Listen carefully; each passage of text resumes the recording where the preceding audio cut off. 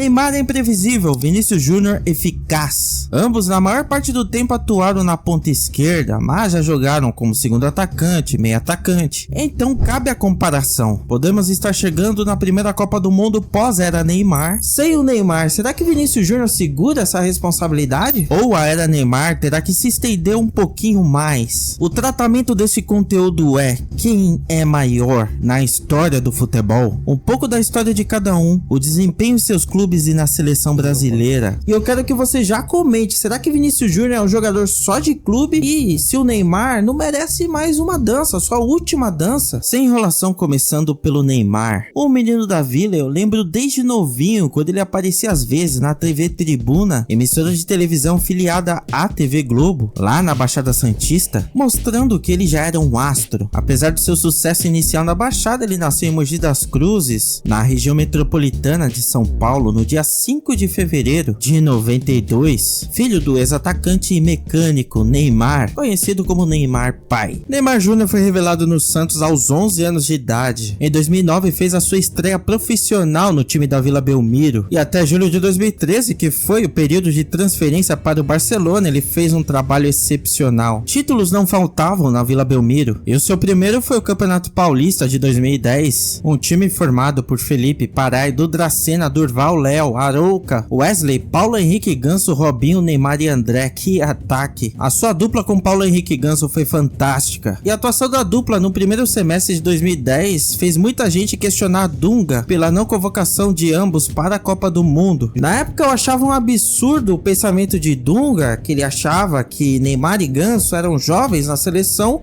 num mar de veteranos. Eu acho que muita gente pensou igual eu, fora que ele não convocou o Ronaldinho, que até que tava jogando legal na época. Mas se eu falar da Copa de 2010, aí ia ser outro vídeo, e vamos focar nesse vídeo aí. Jogos no Campeonato Brasileiro e na Copa do Brasil, torneio que eles chegaram a ser campeões depois da Copa do Mundo. E aquela atuação de ambos no primeiro semestre faz o brasileiro pensar até hoje: e se Neymar e Ganso tivessem na Copa de 2010, será que a história seria diferente? Outro detalhe é que o título da Copa do Brasil de 2010 é o único até hoje do clube santista. Neymar também conquistou mais 2 títulos do Campeonato Paulista, totalizando seus 3 títulos pelo Santos do Paulistão. Só que a sua consagração de menino da Vila veio em 2011. Ela finalmente veio para o Santos. Estou falando da Libertadores da América. O time santista tinha uma base muito boa, que já estavam acostumados a jogarem juntos. Após ficar em segundo lugar no grupo 5 de Cerro Porteño, Colo-Colo e Deportivo Táchira, o Santos contou com um grande reforço na fase de chaveamento, Muricy Ramalho, que comandou o time em uma jornada histórica, passando do América do México, do Once Caldas da Colômbia e do Cerro Porteño do Paraguai, chegando na final para enfrentar o Peñarol, em que na época a final era decidida em 2 partidas ida e volta. A primeira partida no Uruguai 0-0, e no jogo de volta no Pacaembu, Neymar faz o primeiro gol após uma tabelinha de Ganso e Arouca no meio campo. O Arouca, que fez uma jogadaça, passando de uns uruguaios, tocando para Neymar, e aí é dentro. Aí lá para uns 23, 25 minutos do segundo tempo, o Elano toca para o Danilo, que faz um corte simples no lado direito do campo e chuta. Depois o Durval fez gol contra, mas o Santos conseguiu segurar o Peñarol, sendo assim Santos tricampeão da Libertadores, o primeiro título continental de Neymar. E depois de apanhar feio do Barcelona no Mundial de Clubes, veio o título da Recopa Sul-Americana em cima da Universidade do Chile, com o Neymar fazendo o primeiro gol novamente. Este que foi o último título santista de Neymar, onde veria mais uma taça só em junho de 2013 com a seleção brasileira, na Copa das Confederações, que iludiu muita gente, inclusive eu, onde o Brasil fez bonito pra caramba, passando de um grupo que tinha Itália, México e Japão, um chaveamento contra o Uruguai e a final contra a Espanha. E aquela final foi coisa de maluco, 3-0 em cima dos espanhóis. E outro detalhe é que o Brasil ganhou todos os jogos do torneio, onde Neymar marcou mais um gol em uma final. Quando ele chegou no Barcelona, logo de cara ele teve que disputar o torneio da Supertaça da Espanha contra o Atlético de Madrid, uma final bem interessante que Courtois estava no Atlético de Madrid. O jogo de ida foi 1-1, o primeiro gol do jogo foi de Davi Villa para os madrilenhos, e o segundo gol do jogo Neymar. O cara gosta de fazer gol em final. Segundo jogo 0-0 e com critério de vantagem de gols fora de casa, o Barcelona Barcelona foi campeão, primeiro título do Neymar no Barcelona. Não posso deixar de falar da Copa do Mundo de 2014 e você pensando bem assim, foram há 12 anos atrás. Uma criança que nasceu naquela época já tá na 6ª série, mano, assustador o negócio. 12 anos de um trauma que pega nas entranhas do futebol brasileiro, de todo um sistema futebolístico. E aquela coisa, a seleção brasileira já se mostrava muito frágil antes do jogo contra a Alemanha. A discussão era que o time era muito dependente do Neymar, jogadores com pouco desenvolvimento no futebol brasileiro. Quer dizer, 2014 foi um ponto de ruptura de um Brasil que sabia montar grandes esquadrões para um time que já tinha uma dependência para o último craque raiz. O problema não é de agora, os clubes não se movimentam, não pensam no futebol, mas sim em ganhar um dinheiro medíocre. Continuam vendendo pontas, mas continuam endividados também. Conselheiros amadores e empresários de jogadores acabaram com o futebol brasileiro. Enquanto o Neymar estava no Brasil em 2014, venceu da Croácia com 2 gols do Ney. Ele marcou mais 2 gols contra Camarões e mais uma assistência nas quartas de final contra a Colômbia no gol de Thiago Silva, jogo marcado pela joelhada de Zuniga e decretado assim o fim do Brasil no torneio. Na temporada seguinte, um grande feito do Barcelona, a tríplice coroa com a La Liga, a Copa do Rei e uma Champions League que Neymar jogou muito. Detalhe é que naquela mesma temporada o Barcelona também pegou o River Plate na final do Mundial com gols de Messi e Luis Suárez, 3-0 para cima dos hermanos. Mas vamos falar daquela Champions League, passando em primeiro lugar em um grupo que tinha Paris Saint-Germain, Ajax e Apoel, e na fase de chaveamento passando do Manchester City, Paris Saint-Germain e Bayern de Munique, pegando a Juventus à final, com Neymar fazendo gol em mais uma final no finalzinho do jogo. Eu sinceramente não entendo essas pessoas que falam que o Neymar não joga nada. Eu não sei o que elas estão assistindo, é peteca, algum tipo de dança,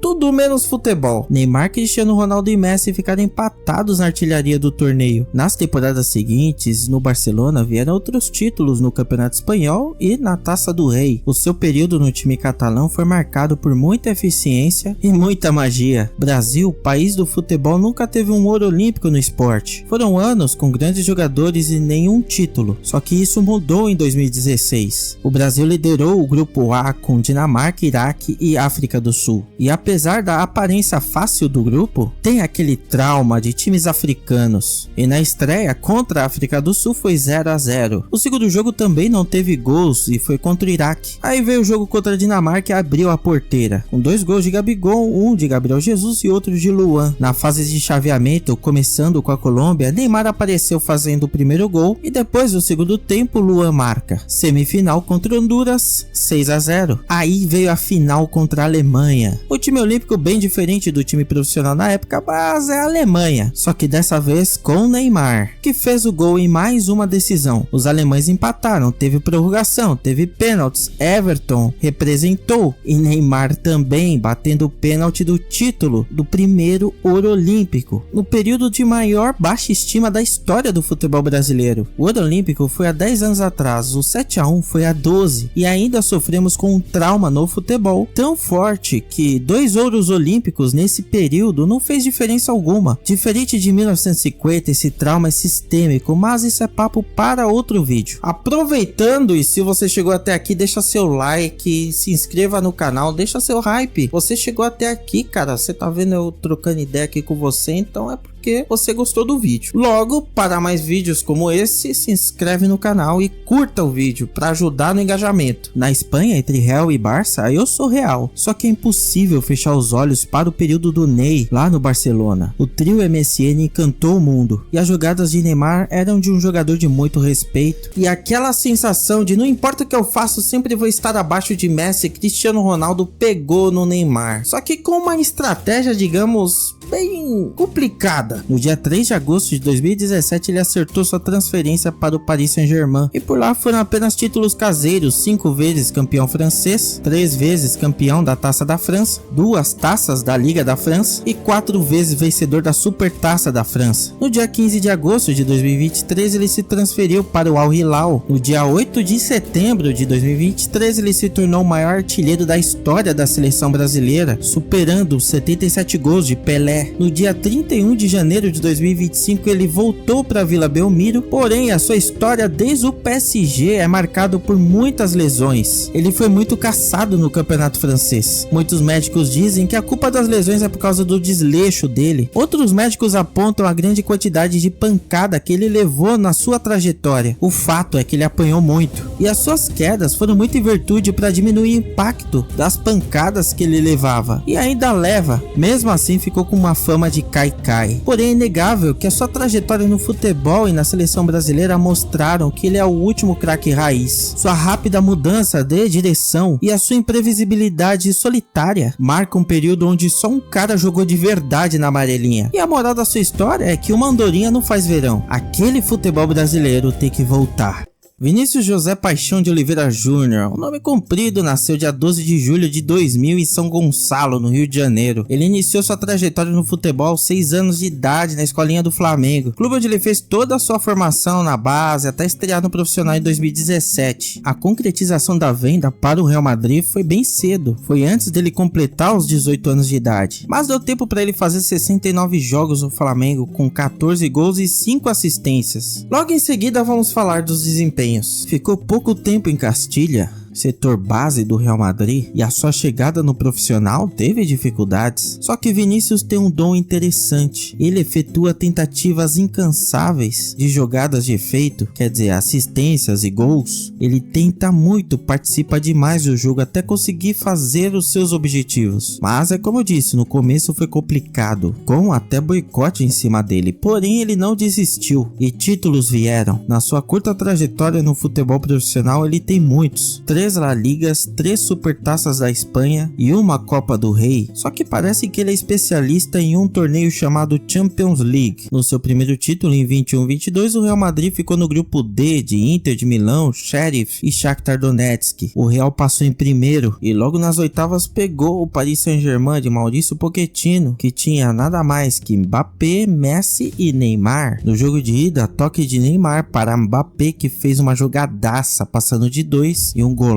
No jogo de volta, mais uma assistência do Neymar para uma excelente jogada de Mbappé marcar. Só que depois o PSG ia ver um hat-trick do Benzema, avassalador, sendo que no primeiro gol foi assistência do Vini. Final do jogo, Real Madrid 3-1, placar agregado 3-2, Real Madrid classificado. Na próxima fase foi contra o Chelsea, uma sintonia fantástica entre Vini Júnior e Benzema, em que tanto no jogo de ida quanto de volta teve passe de Vini Júnior para Benzema fazer o gol. No jogo seguinte, um duelo fantástico contra o City, onde no primeiro jogo o Vini chegou a fazer um gol com uma jogadaça em cima do Fernandinho, em que no placar terminou 4-3 para o City. No jogo seguinte terminou 2-1 para o Real Madrid, placar agregado empatado, prorrogação, com o Rodrigo jogando muito essa partida, fazendo o gol que manteve o Real Madrid vivo, e durante a prorrogação Benzema marca de pênalti, fazendo 3-1 Real Madrid, terminando a partida para enfrentar o Liverpool na final. A grande decisão, que foi 1-0 para o Real Madrid, com gol de Vinícius, passe de Valverde, e o jovem malvadeza se tornou mais um consagrado com a camisa madrilenha. Na temporada 23-24, o Real Madrid ficou num grupo da Champions com Napoli, Braga e Union Berlin, ficando em primeiro nesse grupo com 6 jogos, 6 vitórias. Depois, nas oitavas, enfrentou Leipzig, e no jogo de ida, empate em 1-1, e o gol foi de Vinícius para o Real Madrid. Na fase seguinte, o Manchester City, mais uma vez um jogo espetacular na ida no Santiago Bernabéu, empate em 3-3 e um jogão de Vinícius Júnior e Rodrigo. Foi um jogão, cara. O passe açucarado do terceiro gol do Real Madrid de Vinícius Júnior para Valverde, que sabe chutar forte, foi cinema. E no segundo jogo, mais um passe de Vinícius Júnior, só que dessa vez para Rodrigo fazer o gol. Deu até tempo dele errar o chute e acertar de novo. Depois o City empatou e o jogo foi para os pênaltis. Ederson e Lunin mandaram bem nas penalidades. Ederson defendendo o chute de Modric e Lunin ficando parado para receber uma bola fácil de Bernardo Silva. Kovacic também falhou. E no final o Real Madrid acertou 4 pênaltis e o Manchester City 3. Real Madrid passando na semifinal para enfrentar o Bayern de Munique. E no primeiro jogo um passe de gênio de Toni Kroos para Vinícius Júnior fazer. Cara, uma assistência espetacular, com até Kroos direcionando o Vini. O Bayern de Munique chegou a virar o jogo e depois de uma jogada de Vinícius e Rodrigo, o Real conseguiu um pênalti pênalti que Vinícius bateu e converteu 2-2. No segundo jogo foi bem emocionante também. No Santiago Bernabéu, o Bayern de Munique, que começou fazendo o gol, segurou até o final da partida depois de um chute do Vinícius Júnior, falha do Neuer. Joselu aproveitou e empatou. E após uma confusão na área, Rüdiger aproveita, faz um cruzamento baixo para Joselu fazer.